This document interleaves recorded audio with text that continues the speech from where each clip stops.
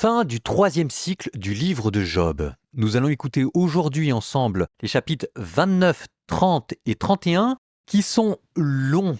Donc exceptionnellement, je ne les commenterai pas. Il y a une raison à cela. Ces trois chapitres, 29, 30, 31, que je n'ai pas voulu séparer, forment un tout, que l'on appelle le monologue conclusif. Donc vous aviez le cycle des discours, les amis qui parlaient, Job qui leur répondait. Nous arrivons à la fin de cette partie et vous avez, comme en récapitulé, Job qui va faire un long précis de ce qu'il vit. Ce monologue final fait en fait pendant à un monologue introductif que nous avions écouté ensemble, mais que vous aviez peut-être oublié, le chapitre 3, qui était la longue plainte inaugurale de Job. Périsse le jour où je suis né et la nuit où ma mère m'a conçu. Ça, c'était le monologue introductif. Nous arrivons ici au monologue final. Le chapitre 29 va nous rappeler le bonheur dont jouissait Job avant que tout cela n'arrive. Puis ensuite, chapitre 30, il va récapituler ce qui se passe en ce moment et sa détresse actuelle, avant de faire au chapitre 31 sa propre défense, rappeler les pactes qu'il avait faits et comment il a toujours essayé de bien se comporter.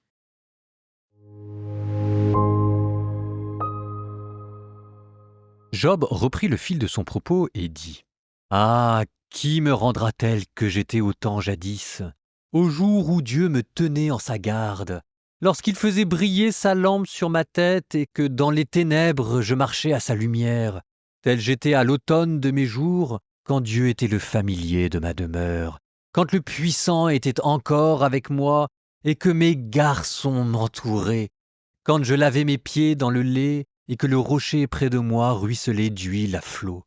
Lorsque je sortais aux portes de la cité et que sur la place j'installais mon siège, à ma vue, les jeunes gens s'esquivaient, les vieillards se levaient et restaient debout. Les notables retenaient leurs paroles et mettaient la main sur leur bouche. La voix des chefs s'atténuait, la langue collait au palais. L'oreille qui m'entendait me proclamait heureux et l'œil qui me voyait me rendait témoignage, car je délivrais le pauvre qui appelait, l'orphelin et l'homme sans recours.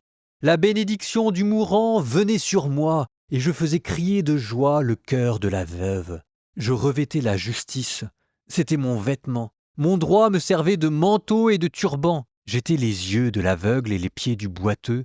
Pour l'indigent, j'étais un père. La cause d'un inconnu, je l'étudiais à fond. Je brisais les crocs de l'injuste, de ses dents j'arrachais la proie, et je disais « Je mourrai dans mon nid, comme le phénix je multiplierai mes jours, vers les eaux mes racines s'étirent, la rosée se dépose la nuit sur mes rameaux. Ma gloire sera en moi toujours neuve, mon arc dans ma main se retendra sans cesse. » Les gens m'écoutaient, ils attendaient. Ils accueillaient en silence mes avis, et quand j'avais parlé, nul ne répliquait. Sur eux, goutte à goutte tombait ma parole. Ils m'attendaient comme la pluie, ils ouvraient leur bouche à l'ondée de printemps. Si je leur souriais, ils n'osaient y croire, et la lumière de mon visage, ils n'en laissaient rien perdre. Je choisissais leur route et siégeais à leur côté. Je m'installais tel un roi dans la troupe quand il console les affligés. Et maintenant je suis la risée de plus jeunes que moi, dont je méprisais trop les pères pour les mettre avec les chiens de mon troupeau. Même la force de leurs mains, à quoi m'eût-elle servi? Toute énergie en eux avait péri. Épuisés par la disette et la famine, ils rongeaient la steppe crépuscule de malheur et de désolation. Ils cueillaient sur les buissons une herbe au goût de sel, racines de genêt, c'était là tout leur pain. On les bannissait de la société. On criait sur eux comme sur un voleur. Ils faisaient leur logis dans le creux des ravins, les cavités du sol et des rochers. Ils vociféraient au milieu des buissons. Et sous les chardons, ils s'entassaient. Fils d'insensés. Pire, fils d'un homme sans nom. Ils étaient expulsés du pays. Je suis maintenant leur chanson. Et ils parlent sur moi. Ils montent en horreur et prennent leur distance. À mon visage, ils n'épargnent pas le crachat.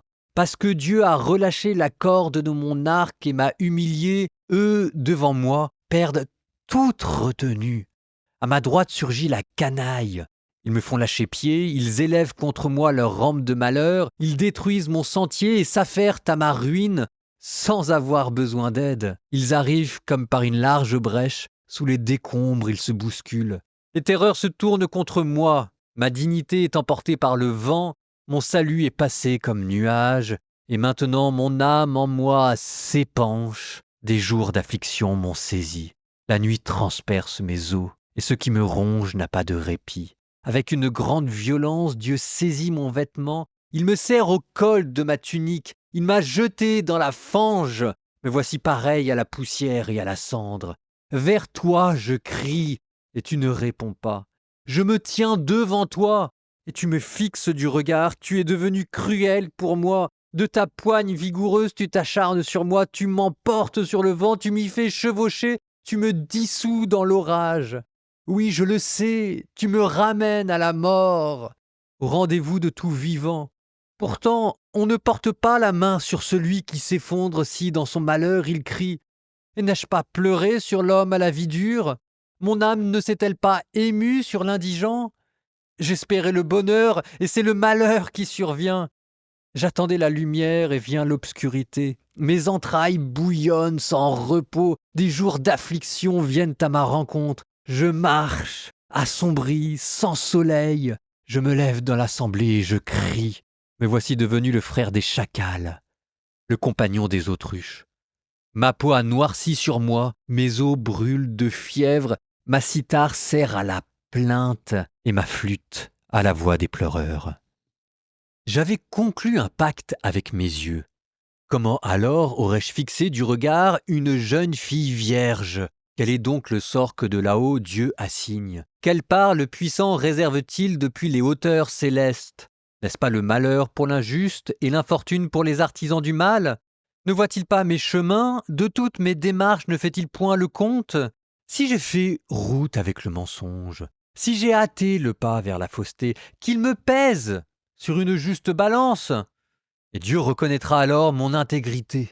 Si mon pas a dévié du chemin, si mon cœur a suivi mes yeux, et si une tache me colle aux mains, qu'un autre mange ce que je sème, et que soient déracinés mes jeunes pousses. Si mon cœur a été séduit par une femme, et si j'ai guetté à la porte du voisin, que ma femme tourne la meule pour autrui, et que d'autres la possèdent, car c'est une infamie, une faute relevant des juges. Oui, c'est un feu qui dévore jusqu'à l'abîme, capable de détruire à la racine toute ma récolte. Si j'ai méprisé le droit de mon serviteur, ou de ma servante en litige avec moi, que ferai-je quand Dieu se lèvera? Quand il enquêtera, quelle sera ma réponse? Ne les a-t-il pas formés dans le ventre tout comme moi? N'est-ce pas le même qui nous a façonnés dans le sein maternel? Mais ai-je repoussé les désirs des pauvres? Ai-je laissé s'éteindre le regard de la veuve? Ai-je mangé seul mon pain sans que l'orphelin en mange aussi? Au contraire, dès ma jeunesse, il a grandi avec moi comme avec un père. Et dès mon enfance, j'étais le guide de la veuve. Si je voyais un miséreux sans vêtements, un indigent sans rien sur le dos, est-ce que ses reins ne me bénissaient pas, réchauffés par la toison de mes agneaux?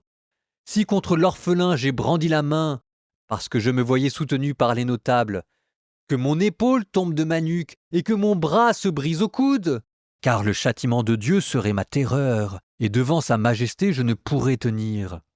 Ai-je fait de l'or mon appui? Ai-je dit à l'or pur, c'est toi ma confiance? Me suis-je réjoui de posséder de grandes richesses, d'avoir mis la main sur une fortune, à la vue de la lumière dans son éclat, de la lune splendide dans sa marche? Mon cœur secrètement a-t-il été séduit? La main à la bouche, leur ai-je fait un baiser? Cela aussi serait une faute relevant du juge, car j'aurais renié le Dieu d'en haut. Me suis-je réjoui de la ruine de mon ennemi? Ai-je bondi de joie quand le malheur le frappait? Mais jamais je n'ai laissé ma langue pécher en réclamant sa vie par une imprécation. Ceux qui logeaient sous ma tente le disaient bien. Qui n'a-t-il pas rassasié de viande? Jamais un étranger ne passait la nuit dehors. Ma porte restait ouverte aux voyageurs. Comme tout à chacun, ai-je dissimulé mes transgressions en cachant ma faute dans un repli de ma tunique, parce que je craignais la rumeur de la foule et que me terrifiait le mépris des familles, au point de rester figé au seuil de ma maison? Si j'avais seulement quelqu'un pour m'écouter, voilà mon dernier mot, Que le puissant me réponde, que la partie adverse rédige son mémoire. Je le porterai sur l'épaule, comme un diadème je le ceindrai. Je rendrai compte au puissant du nombre de mes pas. Tel un prince, je m'avancerai vers lui. Si ma terre crie contre moi, si ensemble pleurent ses sillons, si je mange ses fruits sans donner d'argent, si à ses métayers je fais rendre l'arme, qu'au lieu de blé pousse la ronce, et à la place de l'orge, l'herbe fétide. Fin des paroles de Job.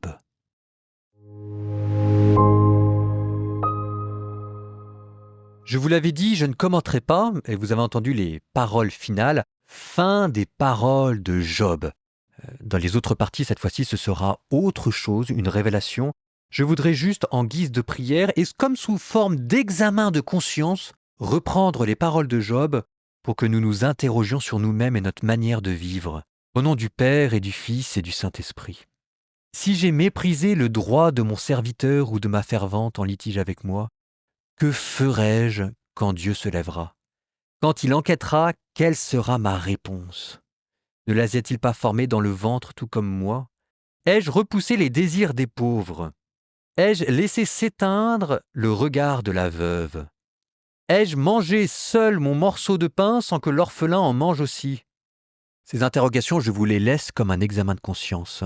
Quant à moi, je reconnais devant vous, frères et sœurs, que j'ai péché, en pensée, en parole, par action et par omission. Prenez pitié de moi, s'il vous plaît, mes frères, et priez pour moi. Et vous, que le Seigneur vous bénisse, le Père, le Fils et le Saint-Esprit.